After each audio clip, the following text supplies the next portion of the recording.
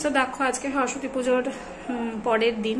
এখন আমি দধি কর্মা বানিয়েছি, দধি কর্মা দিয়েছি, ঠাকুরের ভোগ দেওয়া হয়ে গেলে এটা তো সরস্বতী পুজোর পরের দিনকে দিতেই হয়।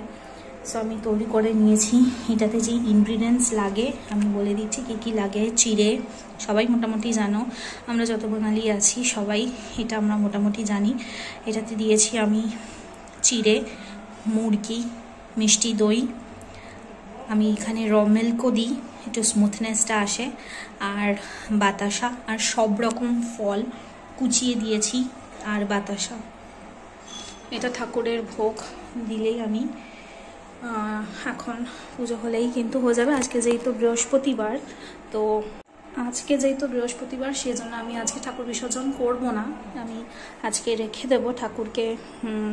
দধিকর্মা করে আমি কালকে বিসর্জন করব। সরস্বতী দেবী যেন সবাই মঙ্গল করে, সবাইকে বিদ্যা দেয়, বুদ্ধি দেয়, এটাই কামনা করি। সো দেখো এখন একটা দারুণ জায়গায় চলে এসেছি। এগুলো কিন্তু আগে কোনোদিনই দেখিনি, যে সরস্বতী পুজোয় এত ভিড় হয়, এত সুন্দর ডেকোরেশন প্যান্ডেলের, জাস্ট লাইক দুর্গা পুজোর মতন ভিড় হয়। এখানে হাওড়া দাসনগরে একটা দারুণ সরস্বতী পুজো হয় অনেক বছর ধরে, বিয়ের পর থেকে এটা দেখছি। সো দেখানোর চেষ্টা করবো, চলো, যে কত বড় এরিয়া ধরে পুজো আর বিশাল লাইক দুর্গা পুজোর মতন। সো প্রথম দেখাচ্ছি প্যান্ডেলটা দেখো, আর ক্রাউড দেখো, মানে আমি নিজে দেখেই প্রথম বছর শকড হয়ে গেছিলাম। এইটা হচ্ছে হাওড়া দাসনগরের বিশাল ফেমাস সরস্বতী পুজোর প্যান্ডেল। যারা হাওড়া সাইডে থাকো, দাসনগর সাইড, তারা জানবে। তো প্যান্ডেলটা দেখাচ্ছি, যা ভিড়, কনজেস্টেড, জানি না ঢুকতে পারবো কিনা, চেষ্টা করছি ঠাকুরটা দেখো। দারুণ প্যান্ডেল।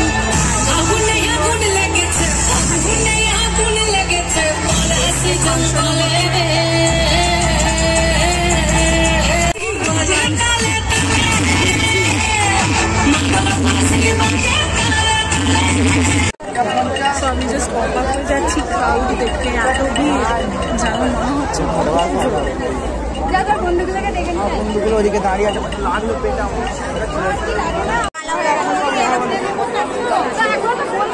দেখো প্রচুর স্টল। পরবর্তী পরিকল্পনা আবার টাপাটি নেই, কি খাবে বলো? তুমি তো বললে অম্বল হয়েছে। আজকে কিন্তু আমাদের বিসর্জনের পালা, কারণ আমি রেখে দিয়েছিলাম, সময় করতে পারিনি। আজকে রবিবার দেখে আমি বিসর্জন করব, তো তার জন্য আমি এখন মা সরস্বতীকে বরণ করে নিচ্ছি।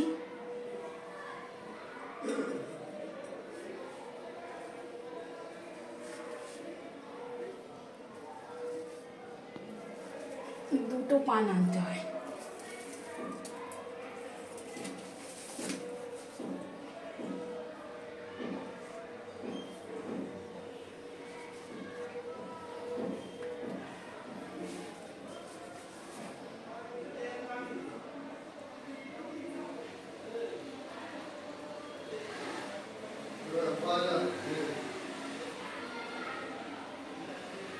মুখে লাগিয়ে নাও।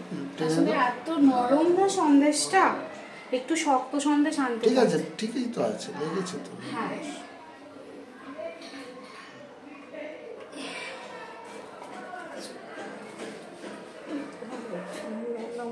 তো দেখো বিসর্জনের জন্য আমি সব করে নিয়েছি পরিষ্কার। দেখো এবার মাকে বিসর্জন হয়ে গেছে, বরণ বিসর্জন করবো। আমি এখানে সবগুলো উঁচিয়ে নিয়ে সব তুলে নেবো, আর এই জিনিসটা রেখে দেবো, মানে থাক। আর সব তুলে নিচ্ছি, আসছে বছর আবার হবে। মায়ের বিসর্জনের জন্য চলে যাচ্ছি, মন খারাপ হচ্ছে। দেখো তো দেখো আমাদের একটুখানি বিসর্জন করে দেবো ঠাকুর।